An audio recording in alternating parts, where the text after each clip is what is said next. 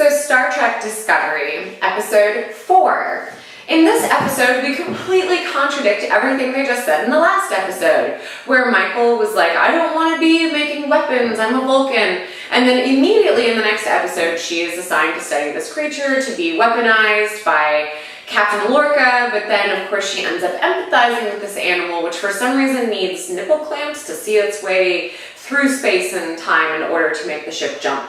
Let me stop for a second and say they totally stole like that ship jumping thing from Farscape, which is one of my favorite sci-fi series of all time, partially because of Ben Browder and partially because of all the Muppets, as it was a Jim Henson production. Anyway, back to Star Trek. So the Michael character obviously is like empathizing with this creature that they're having to torture in order to get their technology to work. And I assume that that's going to come into play because obviously in the future seasons and series of Star Trek, they don't have the ability to like jump and do jump technology. What else happened in this episode?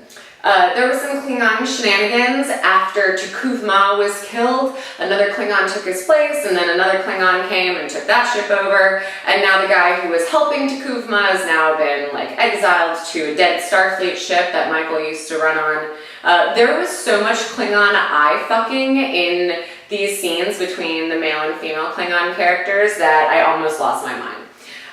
It'll be interesting to see if those Klingons end up defecting to the Federation or how they end up kind of resolving their situation. So I'm still loving Star Trek Discovery. It's still awesome. Any Star Trek series is better than no Star Trek series. So do what I did and get the CBS app. Pay the $10 a month, which is nothing, just so CBS knows that they should make more Star Trek.